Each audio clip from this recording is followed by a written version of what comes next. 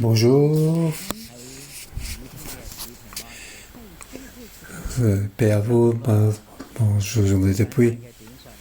Je suis un message là où il y a paix, il y a protection, et je répondais à ce message. Là où il n'y a pas de paix, notre paix est partout. Là où il n'y a pas de paix, c'est là, dans sa protection. Aujourd'hui, nous arrivons donc le dernier des conclusions on peut les appeler comme les soirs à côté ou les petits soirs. Et David est de retour il revient donc comme moi, il gagne de nouveau comme moi, et il pense à cela. Et donc c'est ce qui est toutes les personnes pour gérer sont nommées. Donc 2 années pouvaient donc terminer ici.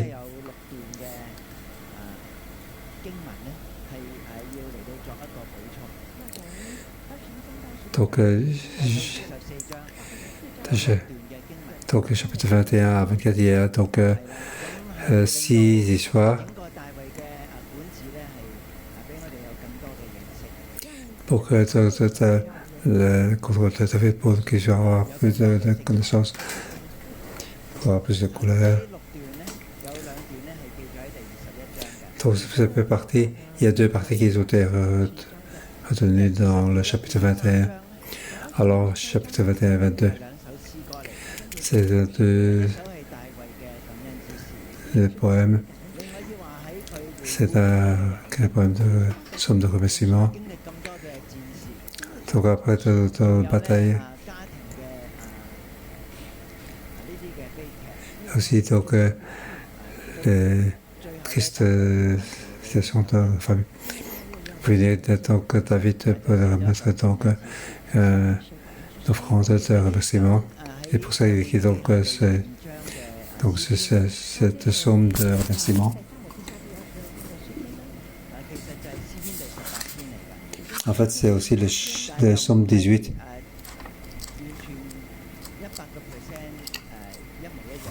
Et je n'ai pas 100% donc le même. Arrivé donc à 23, on voit qu'il est divisé en 2 parties. C'est notre somme de David. Le premier verset du chapitre 3. Voici les dernières paroles de David. Et donc la somme qu'il avait écrite.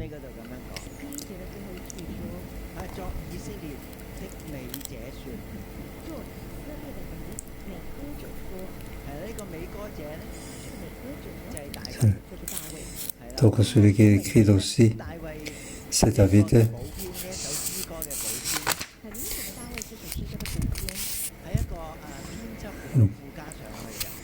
Donc on voit bien que c'est celui qui écrit ce livre qu'il a acheté.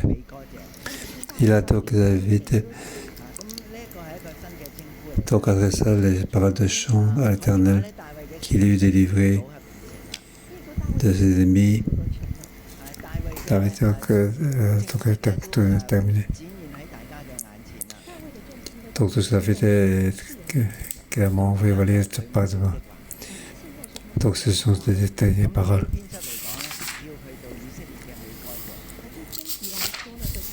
Tout ça on appelle donc le monde, la déclaration de David, de l'homme au placé de celui de Dieu, la séparation du musicien de ces vaillants le vaillant homme de David, c'est beau.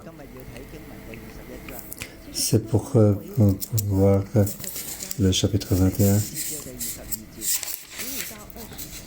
chapitre verset 15 à 22. Ça correspond donc aux vaillants hommes de David décrits dans le chapitre 23. Et donc entre les deux,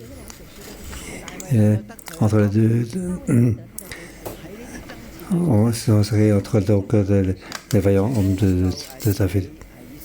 Mais donc c'est de Gandhi. Ce n'est pas donc il n'est pas seul. Beaucoup de gens étaient battus pour lui. C'est sa liste des hommes vaillants de David. C'est aussi donc la première partie,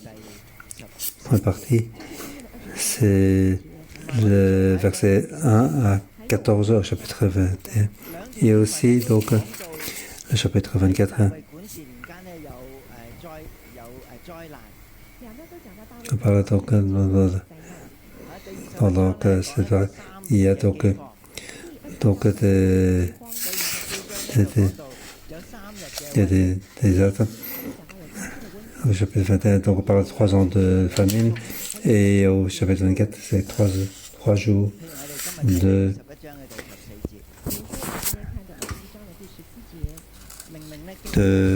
peste.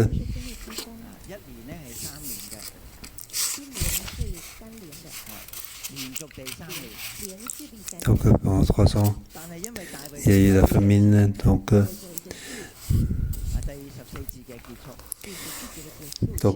David a fait quelque chose.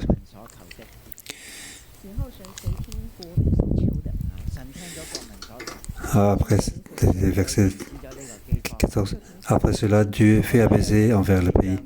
Donc la famine s'arrête.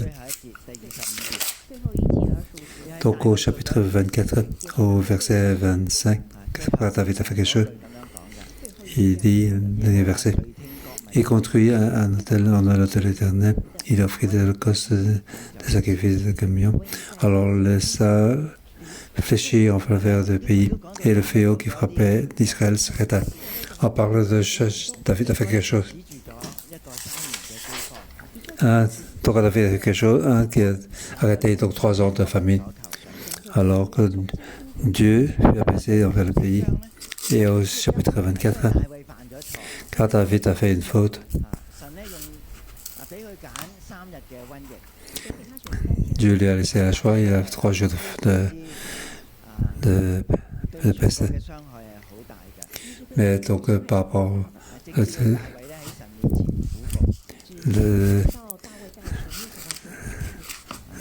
les autres vétérans, Dieu David a donc conversé et l'Éternel a écouté donc alors le fléau donc est arrêté en Israël. Si on voit que donc David peut être un roi, il a donc il a fait beaucoup de difficultés. Certaines choses qui viennent de péché de Saul et d'autres erreurs à lui en tant que roi. On peut faire des fautes. Quand on regarde donc l'histoire du royaume de comment Absalom a été élevé. Pour que ça soit arrivé dans Israël. C'est la faute personnelle de David. Aujourd'hui, regardons la faute de Saul.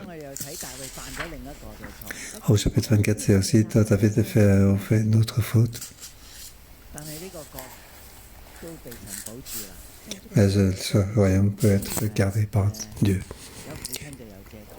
Il y a des pressions. Ce n'est pas une grande parapluie pour ce système. Quand il y a une faute, il faut donc le sortir.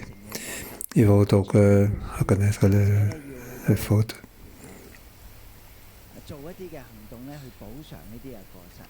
Alors, faites des actions pour payer donc ce péché.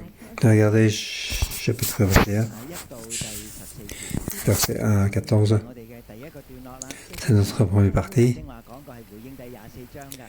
Dont on a parlé, c'est pourquoi répondre au chapitre 24. En fait, ces deux parties se sont mis ensemble.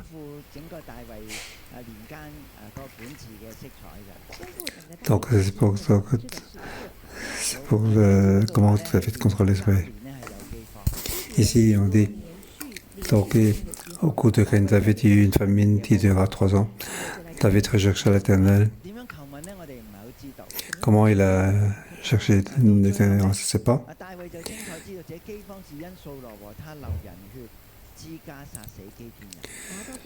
Et puis il a dit, c'est à cause de Saul et de sa famille sanguinaire, c'est parce qu'il a fait mourir les Gabonites. Après, donc, le fait que quelque chose de direct, David a fait demander un bruit il a dit, c'est parce que Saul et sa famille sanguinaire ont fait tuer les Gabonites. Je regardais les recherches. Donc, s'il avait la fête, donc, a demandé les prêtres pour le demander. Alors, la réponse sera oui ou non. Alors, comment David pouvait le demander? Est-ce que c'est un péché national ou celui du roi? Est-ce que c'est donc un péché du peuple? Non. Alors, on sait que c'est donc une faute du roi. David sait très bien qu'en tant que roi, comment la faute du péché du roi peut influencer tout son peuple. Et ici, il vient donc demander à l'Éternel. Alors, est-ce que c'est moi ou c'est plutôt le paquet de Saul? Ou c'est moi qui, pendant la période de règne? Alors, c'est pendant la période de Saul. Alors, pour savoir que différents péchés de Saul. Est-ce qu'il a donc fait offrande sans attendre Samuel? La réponse est non. Est-ce qu'il n'a pas donc tué tous les Ammonites? La réponse est non. Est-ce qu'il a donc avant la bataille avec les Philistins, il était voir les millions? La réponse est non. Alors quel est donc le péché? Il y a l'un après l'autre. Alors David a su. En fait, c'est le problème des Gabonites. Parce que Saul a fait mourir des Gabonites. Mais les Gabonites sont très spéciaux.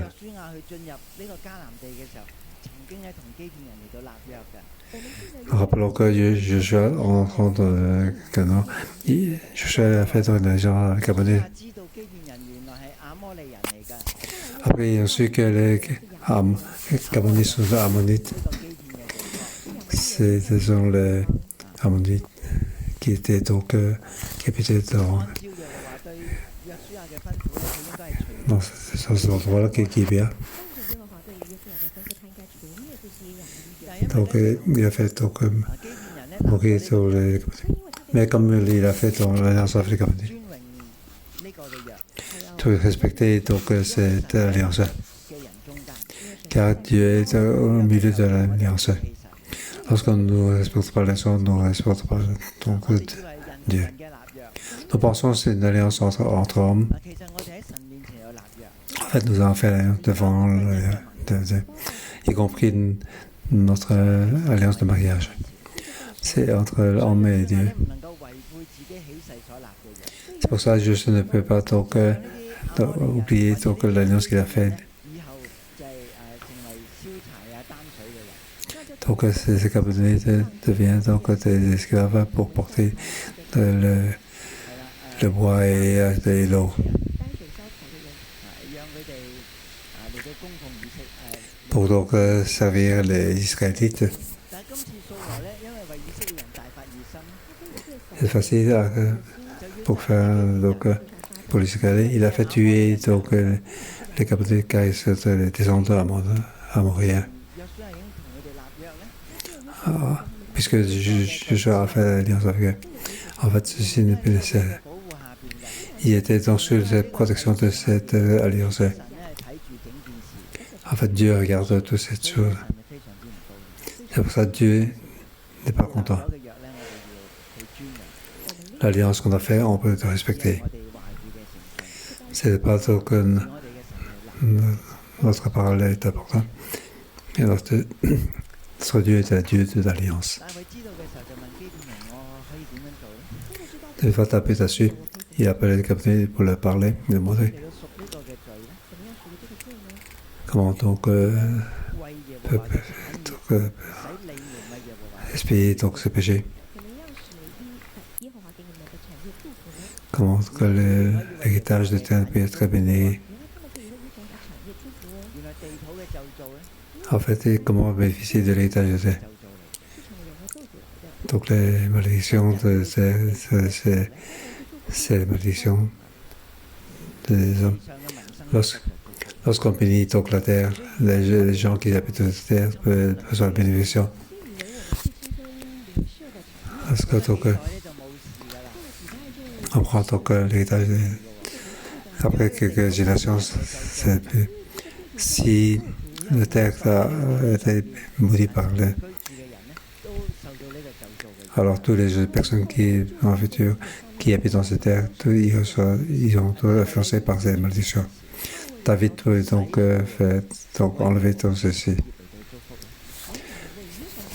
Et il dit, David dit, avec quoi puis-je faire expiation afin que bénéficie l'héritage de même les Gabonais peuvent recevoir la bénédiction de l'Éternel. Ce n'est pas question d'argent. En fait, dans la relation d'homme, souvent l'argent ne peut pas résoudre le problème.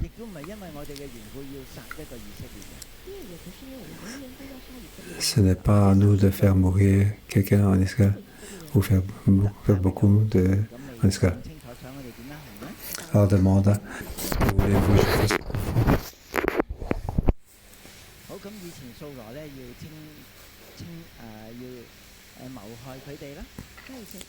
puisque Saul a voulu exterminer qu'il a fait le projet pour nous éliminer de tout le territoire d'Israël.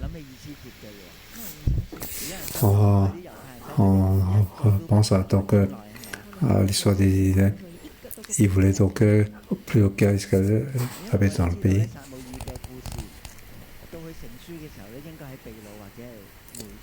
Nous savons donc que le livre Samuel a été mis en livre, était donc pendant la période d'exil ou le retour de l'exil. Il devait faire face au même problème. Donc, Haman voulait donc tous les exterminer.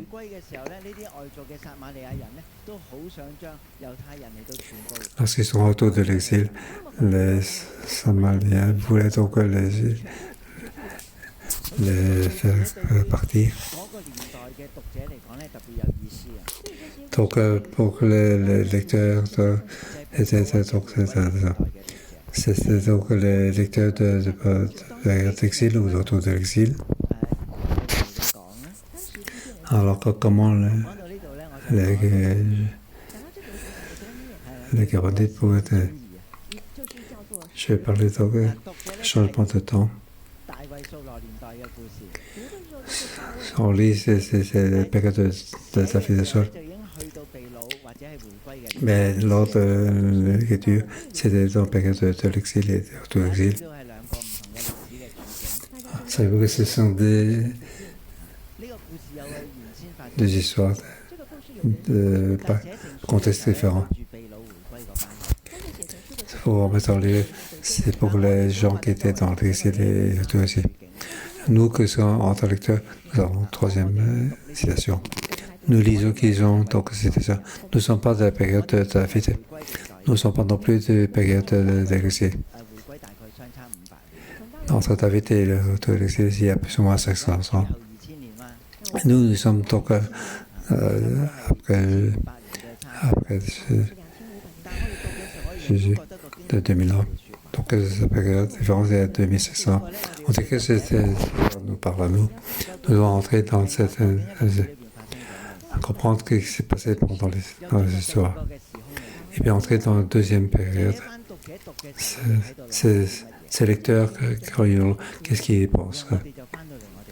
Et puis nous rentrons à notre période à nous. Lorsque nous lisons ce livre, qu'est-ce qu'il nous dit à nous? Retournons à la première période, ça veut dire que c'est quand ces Gabonites voulaient, donc David voulait faire une chose. Et puis, les Gabonites voulaient qu'on livre 7 de ces ans. Et nous prendrons.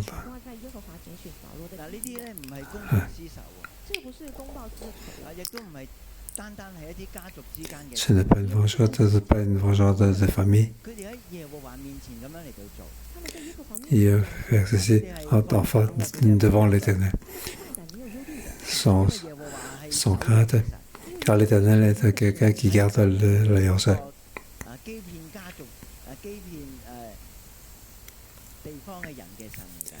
Donc c'est un Dieu qui protège donc les Gabonites à Gébia.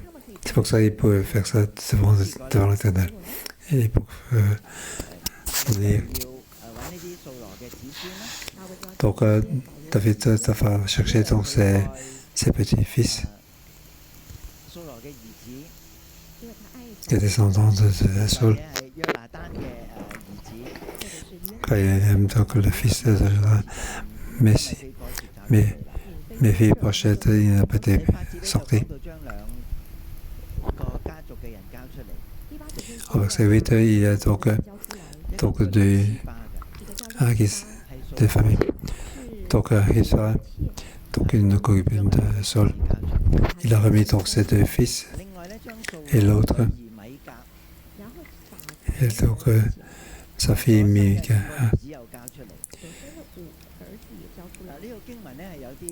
Donc il a remis les 5 fils de Mika.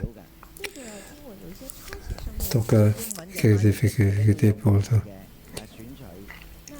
Donc la traduction, il y a quelques difficultés. C'est la sœur de Mika qui sont les enfants. Les sœurs de l'action dit ce sont les fils de Mika. Donc au total, ça fait 6 personnes. Donc devant l'Éternel. Comment c'est devant l'Éternel? Et en fait, donc, de manière donc, de la religion, des sectes de la religion. Ce n'est pas donc été tué par des gens pour que de manière tué pour que. Mais ils ont fait ça devant l'Éternel. Ils ont donc pendu sur la montagne devant ils furent donc tués, tous laissés ensemble. Quand on regarde le livre d'Israël, la famille de Hama était aussi. Ils étaient pendus aussi pour mourir. Il fut mis à mort dans les tout premiers jours de la moisson de l'orge. Avez-vous donc quelque chose? C'est comme le livre de Ruth. Nous sommes normalement c'était 3 ans de famille. Parce que ces personnes ont donc pris pour cette péché. On retourne donc jour de moisson de l'orge. Au verset 11 avec un maximum. On a parlé avec ce qu'il a fait avec sa fille et concubine de Saul. Elle a fait donc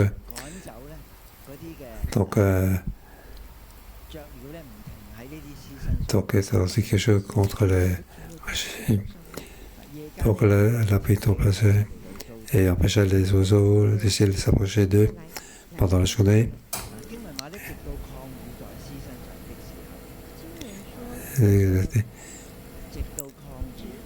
jusqu'à ce que la pluie tombe du ciel sur le corps. On parle de nouveau que la pluie retombe. Devant, on n'a pas parlé de famine. Il n'y a pas eu de pluie. Tout le pays était dans la famine. On voit donc que Dieu est à nouveau dans Israël.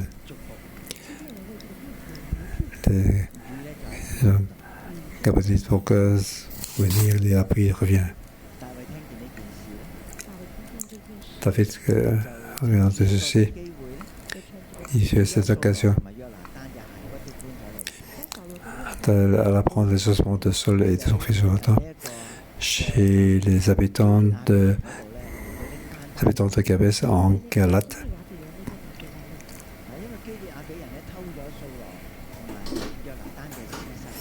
Car les habitants de Gabès, ils ont pris donc les ossements de Saul et de Jonathan. Ils étaient donc accrochés sur le mur de la ville. Donc les habitants de Québec avaient de la grâce envers eux. Pour ça, ils ont enlevé les ossements de Saul et de Jonathan pour les enterrer.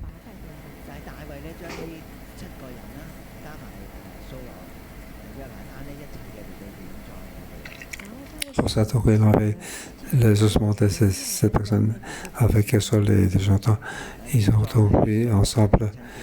Ils ont donc mis ces ossements dans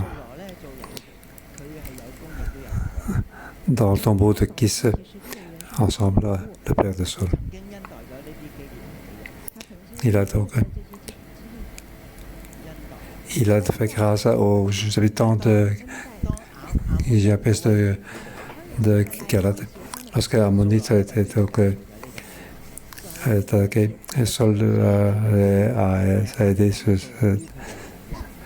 Donc il y avait une grâce envers par rapport au soleil, avec le sol. C'est pour ça qu'il a donc aidé Saul et Jonathan pour retirer leur ossements de mur.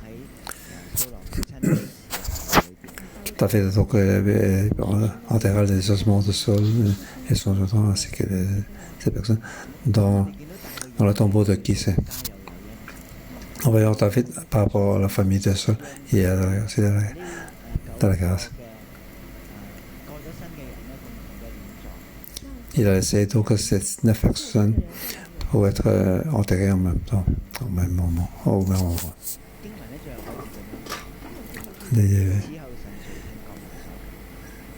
Dernière phrase de cette partie. Après cela, Dieu fit apaiser envers le pays. Dieu a écouté donc leur prière. La pluie est à devoir arriver sur le territoire d'Israël. Est-ce que Dieu veut donc résoudre le problème de famine? Dieu le veut. Mais nous devons demander, savoir qu'est-ce qu'on a fait comme péché. Pour nous, les Chinois,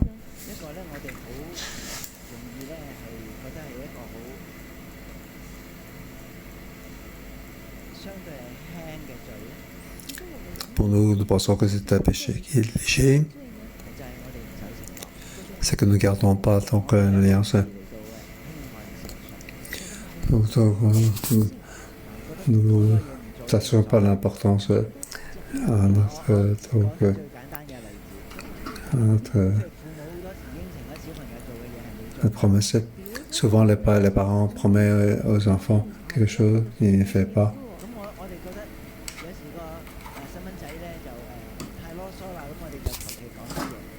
Souvent, nous proposons nous promettons que un peu léger en leur disant quelque chose. En disant, on n'a pas pensé que nous le faisons. Et si je peux apporter des blessures pour l'enfant, donc qui ont dit, il croit que ce n'est pas nécessaire de garder sa parole. En disant quelque chose, on ne peut pas obligé de faire.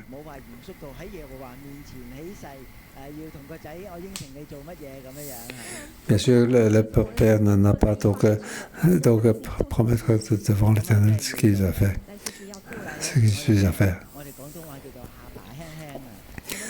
Donc, on ne peut pas dire un peu n'importe quoi. En croyant que promettre quelque chose. Et ça fait des tensions dans la relation. Le plus important, c'est le mariage, et puis seulement le mariage de chrétiens. Oui, nous avons des amis, beaucoup de gens sont très joyeux. Le plus important dans ce mariage, c'est une alliance devant Dieu. Si nous avons détruit donc cette alliance, donc l'influence est importante. Non seulement donc nous sommes les victimes, nos enfants sont aussi les victimes des blessures. Lorsqu'ils sont jeunes, ils ne savent pas. Lorsqu'ils sont grandis, leur réaction, nous savons que donc, dans ascendant, nous ne sommes pas corrects. Oui, que le Seigneur nous aide à savoir. La promesse est importante.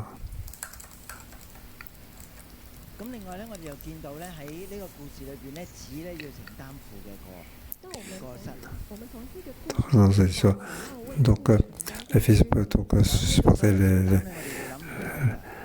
être responsable des promesses. Donc, lorsqu'on fait un péché, on doit donc responsable de soi-même. Si mon père a fait une erreur, pourquoi je dois donc prendre responsable de cette erreur?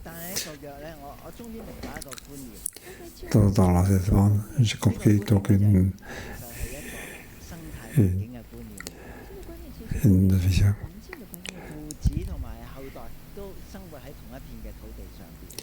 Le père et le fils et les descendants habitent sur le même territoire. Si le Satan ont maudit donc la terre va donc par rapport à ces descendants, le fils et les descendants va donc agir envers eux.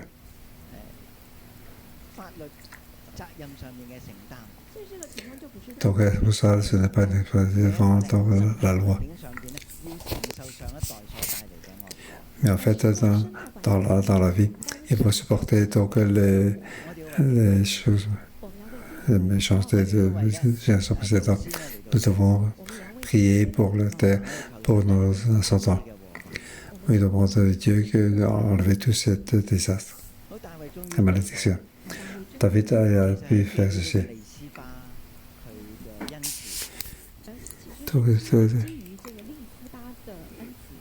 Donc, c'est grâce. David a fait donc une action de grâce.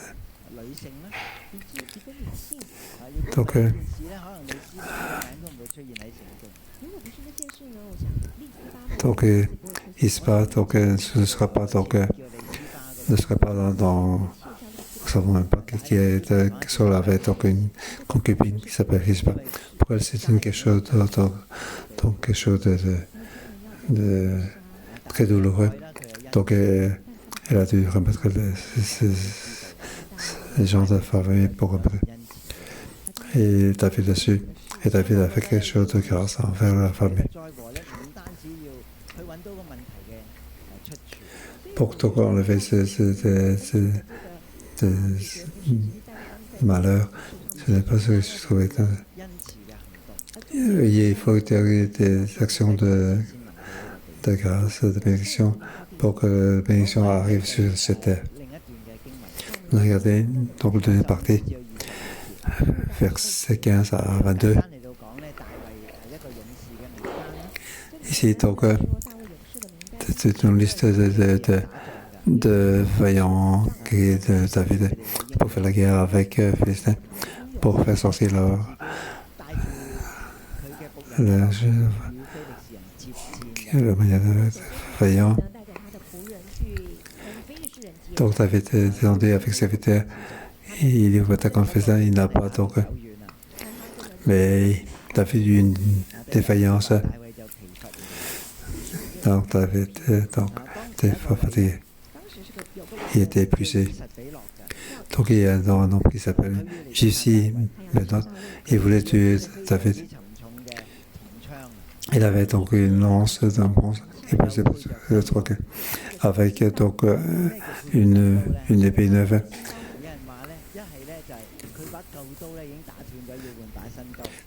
Pourquoi une épée neuve? C'est peut-être l'instant ce épée a été cassée parce qu'elle a pris une épée neuve. Oui, c'est un autre qu'il a fait préparer. Il avait donc pris une lance en bronze très lourde. Abisai, fils de Séruja, vers ce coup David et le frappa le Philistin à mort. Abisai est très, très fort. Il a donc tué ce géant Jesse Beno. C'est pour ça qu'il était souvent avec David. Malgré qu'il s'est trompé de manière de parler, mais il est très beaucoup de sang. David dans le moment de danger, Abisai est sorti pour le sauver. Alors, David les hommes de David prêtèrent le serment sûr. Tu ne sortiras plus avec nous pour combattre. Ainsi, tu ne risqueras pas d'éteindre la lampe d'Israël.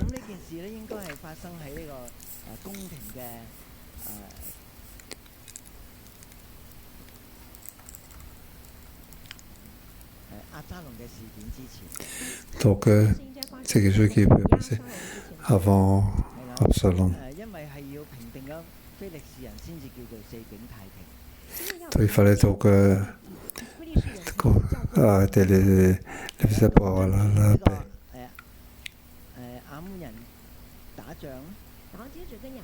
Après, il y a eu donc bataille avec Amalek. David n'est pas sorti. À cause de ceci, que tu as pu sortir à bataille pour éviter d'éteindre la lampe d'Israël, tu dois faire de roi. Alors tout le pays sera éclairé. Si la lampe d'Israël est éteinte, comment on va faire? C'est une version donc très positive. David a vraiment eu ces problèmes après. J'ai eu beaucoup de mal pour cacher ceci. C'est ce qu'il a passé avec Bathsheba. Il était en tuant le mari de Bathsheba. Mais malgré il n'a pas donc parlé, il n'a pas donc fait éclairer donc avec l'homme. Il a voulu cacher tout ça. Il n'est pas sorti en bataille. Après, il y a donc 3 autres vaillants hommes.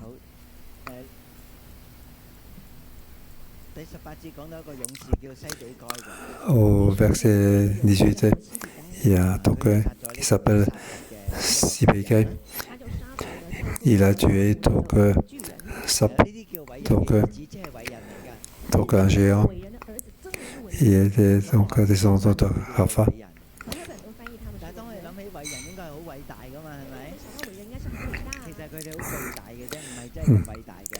En fait, c'était grand, mais pas vaillant. C'était son Rapha. Au verset 19,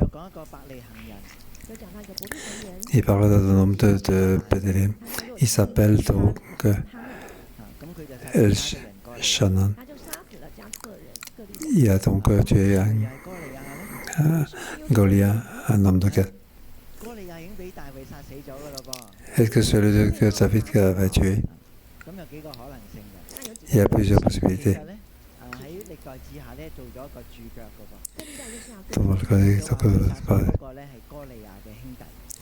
Il a tué donc le frère de Goliath.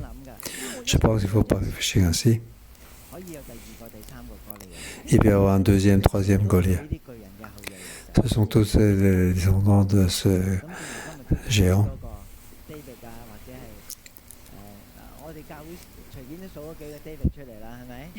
Dans notre église, on peut compter, il y a beaucoup de David qui s'appellent David. Donc être encerclé par cette chose. Après, il y a un autre géant.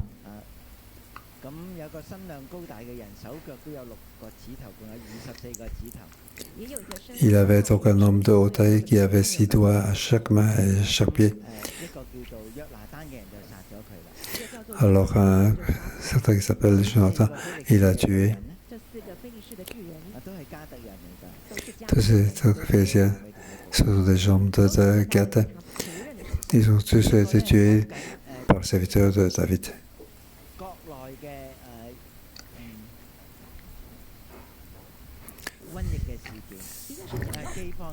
On parle donc de la famine dans le pays.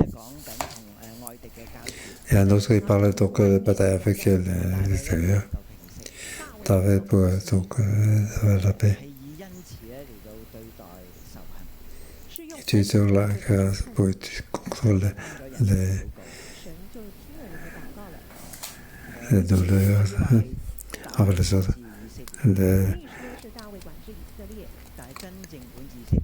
On dit que David qui contrôlait donc Israël, en fait, celui qui contrôle vraiment donc Israël, c'est l'Éternel. Chaque fois, donc, chaque roi qui était, donc, ce sont les représentants de l'Éternel. C'est donc un roi qui était roi par l'Éternel. L'Esprit de l'Éternel était sur ces personnes. Il utilise donc l'Esprit de l'Éternel pour contrôler le pays. C'est ainsi que nous devons comprendre les rois d'Israël. C'était donc un représentant que l'Éternel a choisi. Donc l'Esprit de l'Éternel est sur ces personnes. Aujourd'hui, nous remercions Dieu. Toi et moi, nous sommes tous des loin. Savez-vous que quelqu'un qui est loin? Dans l'hébreu. Donc en grec, c'est Christ. En hébreu, c'est Messie. Toi et moi, nous sommes donc chrétiens. Un petit Christ. Car nous sommes tous des rois. Rois par le Saint-Esprit. Choisis par Dieu. Nous allons donc être élevés. Pour donc une lumière. Dieu veut que nos prières. Ensemble, louons le Seigneur.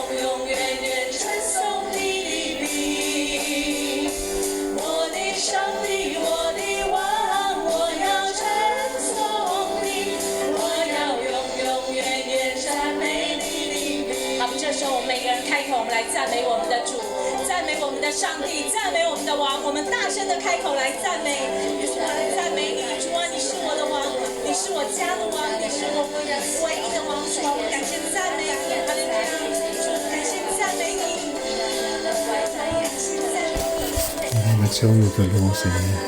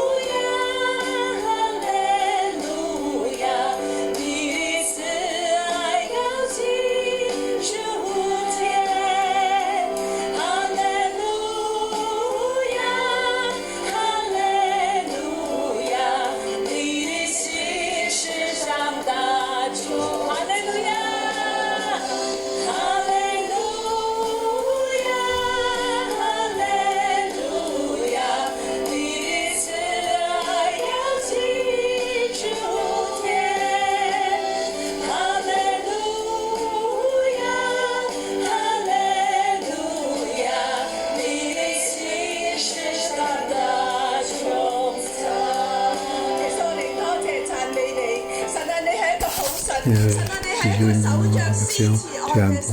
神啊，你所講嘅，從你口所出嘅，冇任何一句説話咧能夠落空嘅。神，你看重約，你亦都看重我哋同你之間嘅立約。耶穌，我哋多謝讚美，就係因為呢個約咧，神，我哋就係常常儲起你嘅恩典保護底下。弟兄姊妹，我哋一齊嚟到開聲好唔好？我哋讚美神，從來冇忘記過我哋。我哋讚美神嘅話語，應許常常落喺我哋嘅生命裏邊。我哋讚美神用應恩典嚟到承托我哋整個嘅生命。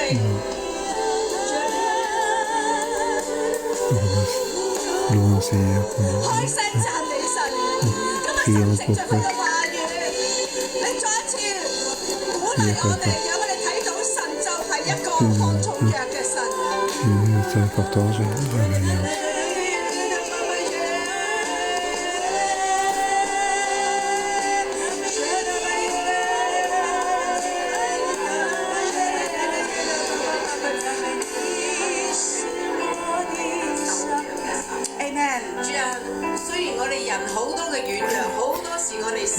但主你等待我哋，你幫助我哋，你呼喚我哋，你讓我哋咧有機會真係悔改，翻去到你嘅跟前。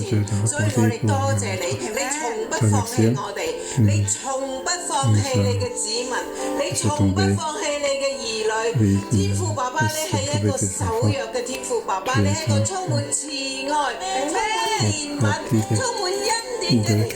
我哋愛你啊，我哋需要你啊，我哋捉住你啊，我哋咧大大嘅抱住你啊，天父爸爸，我哋愛你。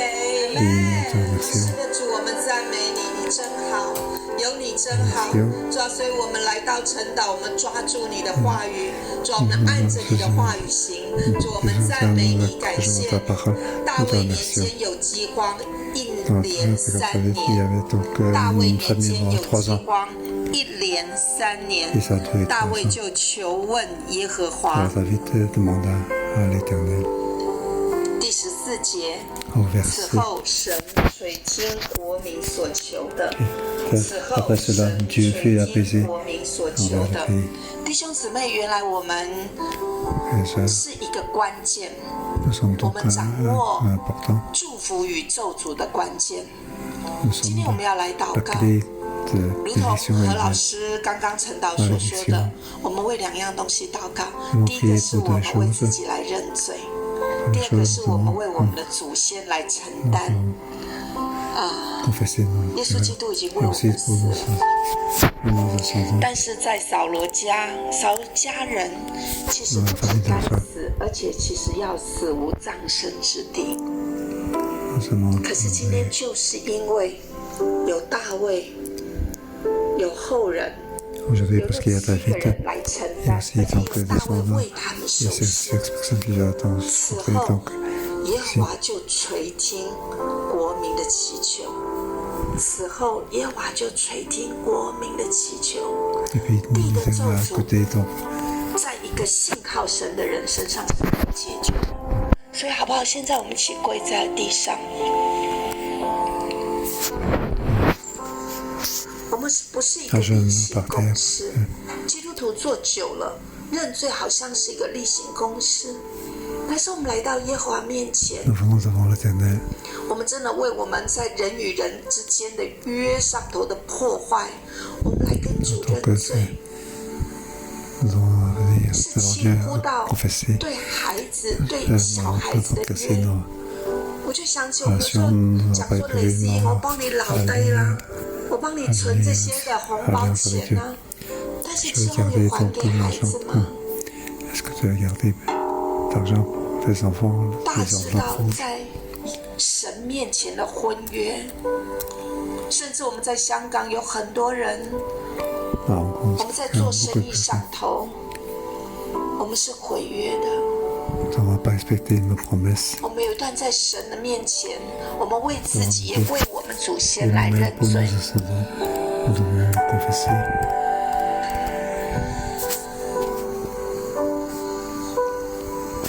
在你的面前，求你帮助，圣灵的帮助。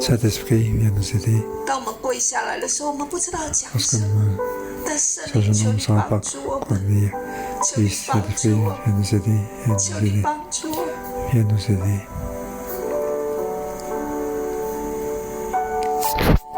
弟兄姊妹，开口祷告。你领受什么？你想到什么？你就开口祷告。为你的家族，为香港这片土地，甚至你在线上聆听的，你为你自己的城市、国家来认罪祷告。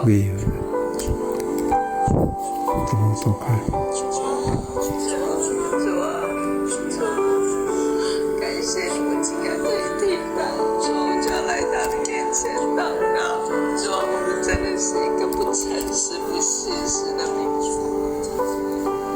主，我自己也是不诚实、不信实的族类。主，多少的毁约，主，多少的嘴巴随便说。主，赦免我们的口，主，赦免我们的心，我们讲一些无心的话。主，我们对我们的孩子，主，对我们的配偶，一次又一次失约，一次又一次背约。主，甚至对我们的父母，主，对整个城市国家，主，我们觉得这个人我又不认识，有什么关系？主，赦免我们，赦免我们，主，赦免我们的罪，洗净我们的主意识。主啊，求你去赦免我嘅罪。主啊，我多謝你藉着今日嘅神嘅話語。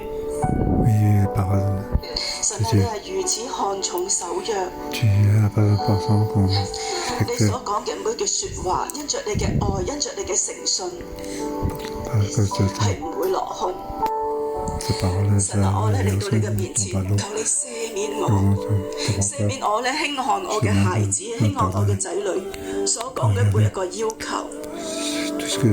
我嘅仔女好多時候叫我同佢去打籃球，我就係順便就應承，但到最後我就話係好冇人打啦。甚至我嘅仔女每一晚都要求媽媽，我好想同你玩 Uno， 我好想捉棋。我又係順應話好啦，食完飯玩。但去到食完飯，我又用其他嘅理由堆砌，就拒絕咗佢哋。甚至我嘅女，佢話媽媽，我好想 je veux vraiment 你可唔可以煮一啲嘅美味食物俾我？ que tu cuisines. 我又係應承咗，但係到最後都係反口。J'ai promis et puis je n'ai 主啊， pas 我覺得咧，我真係大大得罪我嘅孩子，嗯都得罪你。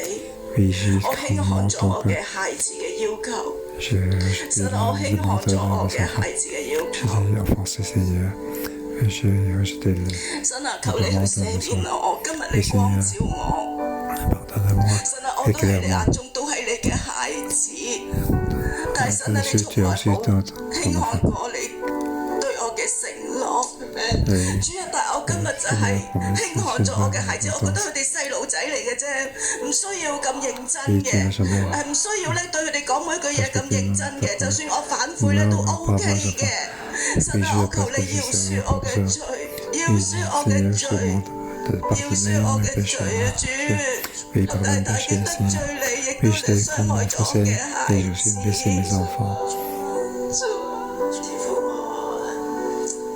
我為到自己，為到我哋喺香港做教牧嘅，為到我哋做男人嘅，我哋所有喺誠信上邊得罪天得罪人，向你嚟到認罪。求你聽嗰啲嘅教會叫弟兄姊妹奉獻，後來啲奉獻嘅錢唔知去咗邊。你睇下我哋係點能夠叫弟兄姊妹嚟到相信耶穌，連我哋自己嘅生命都冇辦法叫人嚟到相信。主啊，你憐憫我哋，憐憫我哋做男人喺商業上邊有好多欺詐嘅行為。主啊，每一個嘅欺詐嘅行為背後就係失信，天地都係失信嘅人。主啊，我哋去到一啲危急嘅時候，我哋就會隨便做一啲嘅承諾，但係我哋都知道我哋承擔唔起㗎。主啊，你嚟到憐憫我哋。耶穌，當我哋今日嚟到相信你嘅時候，我哋唔單止相信你係我哋嘅救主，你教我哋承認啦。我哋相信你所講嘅説話冇一句係落空。我哋相信你對我哋所有嘅應許，每一句都要應驗。主，你就幫助我哋，我哋今日嚟到向別人嚟到説話，每一句都係認真。你赦免我哋嘅罪，你將誠信再一次嚟到賜過俾我哋。主，是的，我們來到你的面前，為這個地來認罪，為我們自己所做的，為我們祖先所做的來認罪，為我們在人際關係上頭因為沒有誠信所破裂的，來到你面前認罪。主啊，我們跪在地上，我們屈膝在你的面前。父啊，我們卸了我們自己的面子，我們來到你的面前，因為我們真的有罪。主啊，以至於我們看見相反，主啊，經濟一年比一年差，一年比一年差。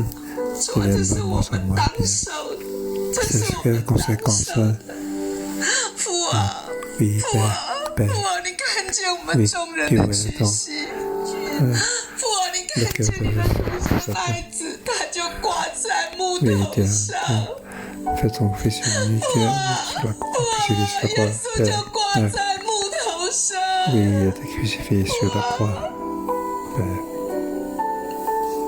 父啊，是有人承擔的。父啊，是有人承擔的。我們在這個地上所做的是有人承擔的。父啊，你看你的兒子，是你的兒子起來承擔了。天父爸爸，你看啊！天父爸爸，你看啊！求你因着耶穌的緣故赦免我們的罪，赦免全地的罪。主啊，我們原本是該死的，甚至我們該死無葬身之地。主啊，但是你為我們死。父啊，你看见你的儿子，你看见你的儿子，你看见十字架，你看见木头上，主啊，你的独生儿子已经死了，已经活在木头上，担当一切的罪，担当一切不信实的罪，毁约的罪，主啊，担当了我过度的热心，主啊，主啊，主啊，天父爸爸，我们呼求你，天父爸爸，我们呼求你，我们呼求你，不要只是真理的在，不要只是真理的在，熄了你的愤怒，熄了你的愤怒，我们需要你，我们要你。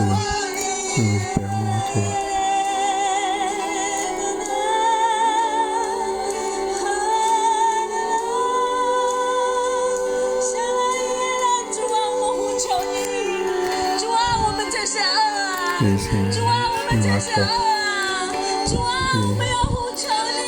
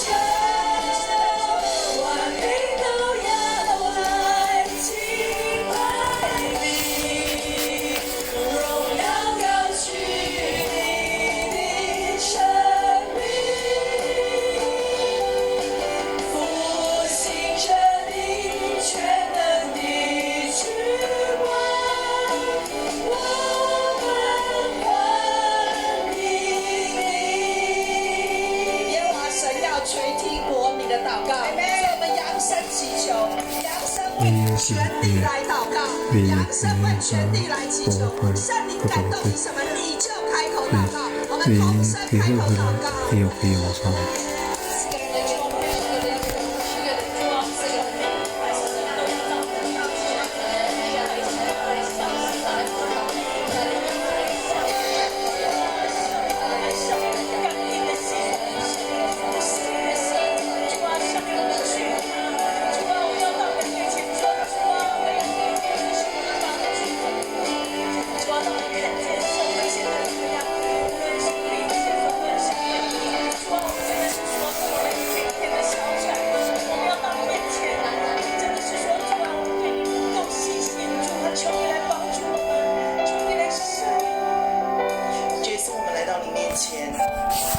香港的特首，决颂为各地的君王来向你祷告。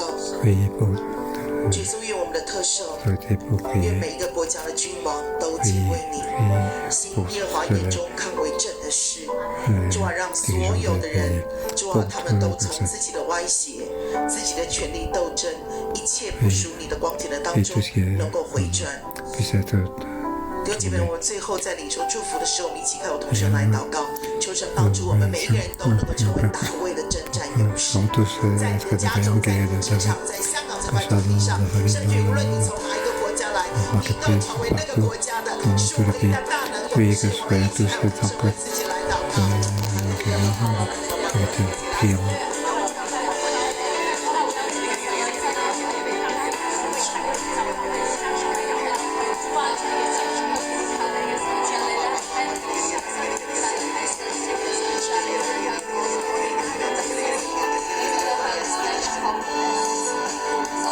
耶稣，我来到你面前，奉你名来祝福今天在这里，还有在线上所有的弟兄姐妹。孩子，我奉耶稣名在主的面前来祝福你。你是一个守约、施慈爱的人，凡你口所说的，你不轻人的任何的答应跟承诺，但是一旦你说出口，我奉耶稣名祝福你，靠着神所给你的智慧能力，你口中所说出来的，你所答应别人的，甚至包括你答应神的每一句话，你都能够身体力行。我更奉耶稣基督名来祝福你，你的家族里面，因为有你，你起了一个非常非常重要的关键的因素。凡你口所说的，神都要为你成就。你的家族世世代代因着各式各样的软弱，大大得罪神而带来的一切的咒诅，要因为你今天在这里，你匍匐在神的面前，你为整个家族来认罪的时候，这些的咒诅都要完全的被粉碎。因着你站在那个坡口上，你整个家族的历史从此时此刻开始要全部改写，走向蒙福，走向神的恩典，走向神所应许要给你和你家族每一代的。我跟奉耶稣基督的名来祝福你，因为有你，无论你在哪一个城市，你在哪一个国家，那个城市那个国家就要因你而蒙福。我奉耶稣名来祝福你，凡你口所说的，神都为你成就。孩子也来到主的面前，主啊，奉你名来宣告，因为今天有你的百姓在这里，主啊，我们刚刚在你面前下跪，我们认罪，我们呼求，主啊，奉着你宣告，瘟疫要在香港完全的消失，主啊，因为你是好神，奉耶稣基督的名祷告，阿门。感谢神，祝福大家。